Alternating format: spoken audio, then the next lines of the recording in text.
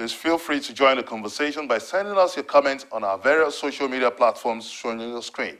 And when we return, APC National Vice Chairman Northeast Babachir Lawal says the APC is not deterred by the election postponement. Join us again. Still on the postponement of the elections, here's the reaction of the APC. The statement by the INEC chairman, Professor Atahiru Jega, shifting the date of the 2015 elections has continued to attract many reactions.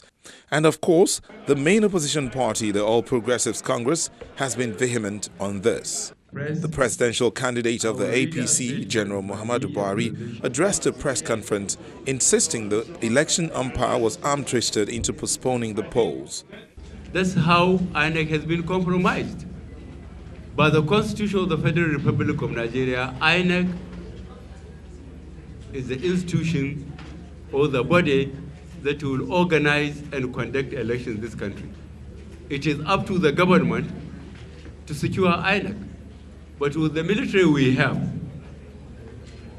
if for 5 years the Nigerian military cannot secure 14 local governments, 10 in Borno, 2 in Yobe, and 2 in Adama, out of 774 local governments in this country, does that mean it's just a delay tactics? Because in 6 weeks, what they can't do in 6 years, they cannot do it in 6 weeks.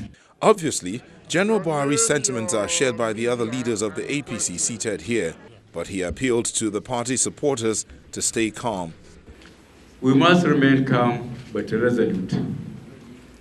Following the decision by the Independent National Electoral Commission, INEC, to postpone the 2015 general elections by 6 weeks, I wish to appeal for uttermost restraint and calm by all Nigerians, especially the team supporters of our great party, the All Progressives Congress.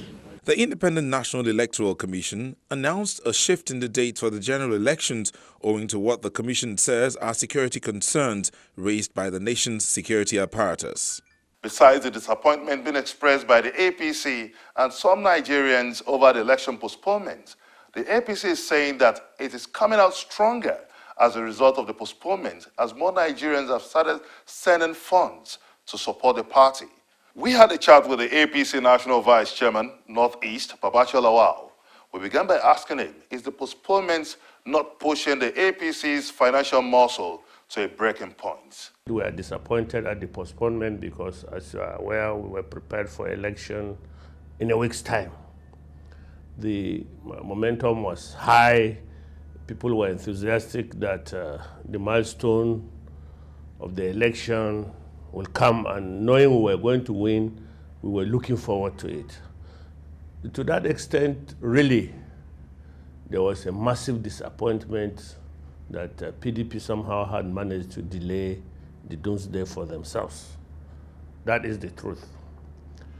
But in terms of our finances, anybody that has participated in an election before will know that the bulk of the finances for elections towards the end of the election. That is, namely, I mean, you need to pay your agents, mobilize your agents, train your agents, and so on and so forth. Now, we had not reached that stage yet. So as far as finances are concerned, in fact, our people are more motivated to raise more money. Are you suggesting that this is not likely to push the financial muscle of the APC to a breaking point? No. Anybody that has participated in a Buhari campaign will know that it is not a cash-driven campaign. APC is not a rich party, it's a new party. And you will know that the issue of finances, even right leading up to the campaign, the PDP government had strangulated all state governors of funds. You are saying that this is not likely to slow down the momentum of a party, but how would you react to the report that some returnees, especially from the southeast, are in dilemma, not knowing whether to return back to their base of operations in Lagos here or to their home states where the voting is to commence, because they went when they thought the election was just in a week's time. So are you not are you saying that this will not in any way affect the APC campaign? We know anybody that votes in Lagos, for example, it's the probability is that 90%, 95% is going to vote for our party. They are not the ones that have moved to the east. They remain in the west. We know that anybody that migrant away from the north elsewhere is actually maybe running away from, he's not really an APC supporter. Let's come to the issue of the constitutionality of the postponement. Analysts have said that the Electoral Act makes for such provision that the election could be deferred up till about a time frame of 6 months. So how do you see the legality of this postponement? I'm not a lawyer, I'm an engineer, but what the lawyers in our party have told us is this. INEC fixed this timetable for elections last year within the provisions of the Electoral Act, within the provision limits provided in the Electoral Act and the Constitution.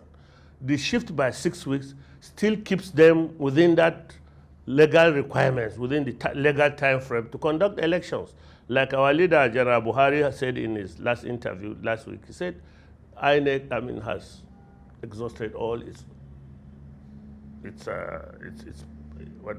has exhausted all its avenues now for shifting the election. They push the election to the very terminal end at which they can no longer postpone. So election must hold. For as long as INEC holds the election within the time frame provided by the Constitution, we might be disappointed in terms of delay of the doomsday or a delay of day of victory for us, but we know we will get there since we know that we will get there. Let's now look at the issue of morality. Now, one of the biggest reasons for the INEC postponing this election was the security document presented to it from the office of the NSA, which states that it could not guarantee the safety of 4 states in the Northeast, and also the PVC challenge. Aren't these compelling enough for the shift of the elections? INEC had 4 years, the PDP government had 4 years to provide the funding required by INEC to conduct elections this year. It's not APC. APC has no role in this. It is the government and the INEC that had roles to play in making sure elections are held as and when due. Now, I have attended seminars, actually I attended 3, in which INEC demonstrated its readiness and its capability to provide elections in these areas within the timetable they had earlier provided.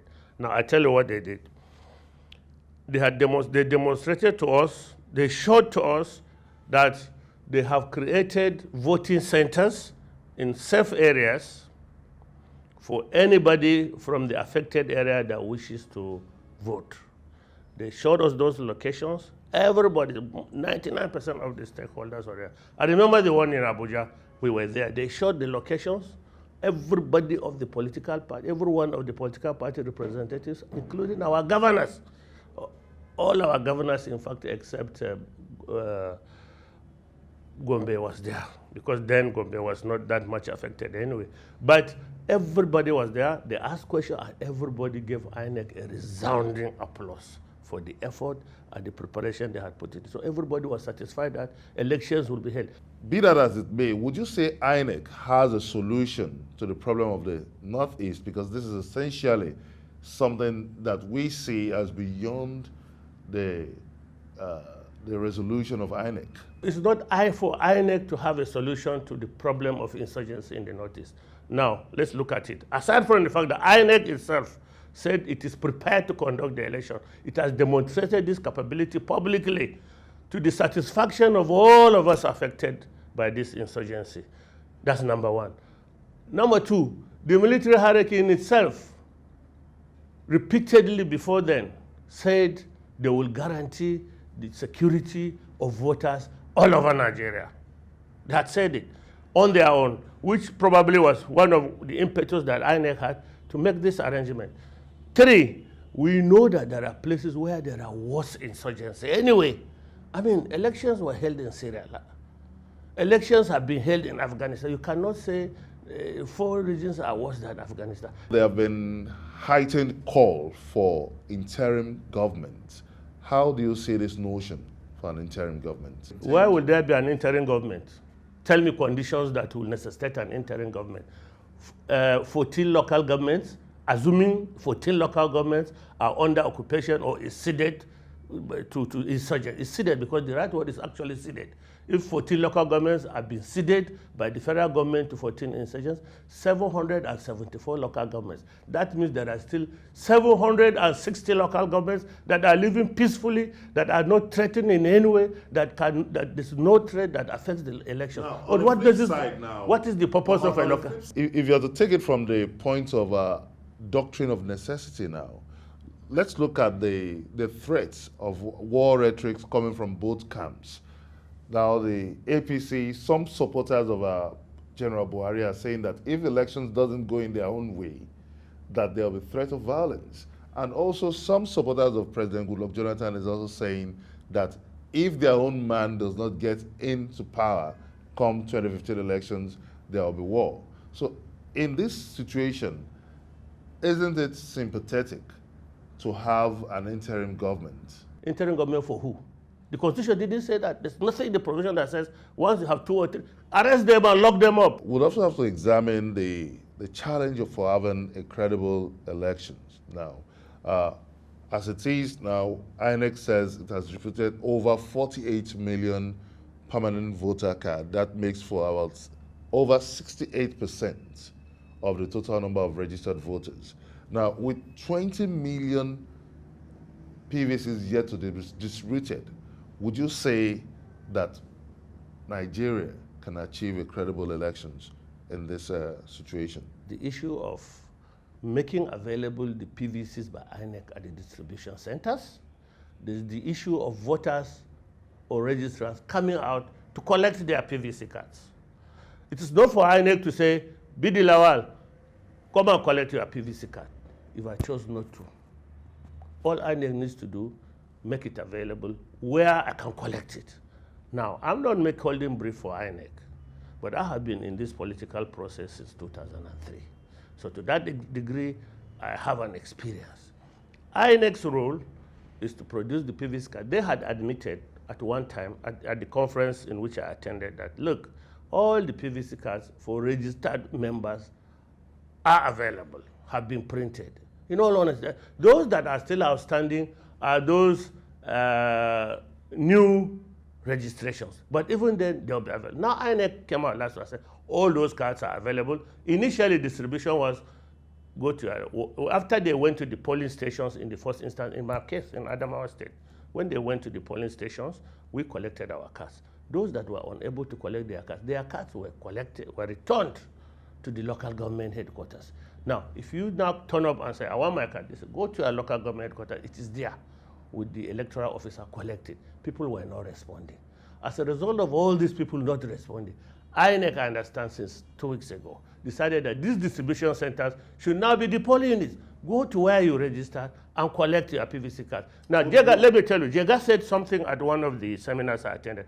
He said it is not a constitutional issue, it is not a legal matter that INEC must close, that if INEC so wishes, even on the day of election, they can go and start distributing the PVCs at the polling station. The reason why they don't want to do that is because for obvious reasons, there might be chaos, there might be, so INEC decided it's better to close the distribution of PVCs before the election day. But there's no legal limit to the day INEC is supposed to distribute these cards. However, if you choose, Benga Ashuru, not to go and collect your PVC card, it is not for INEC to do that.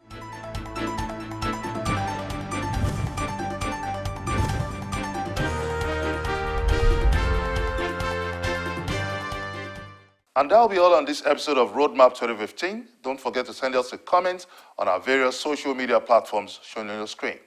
Join us next week on another exciting episode of the program on Channels Television. Many thanks for watching. I'm Benga Ashiru saying goodbye.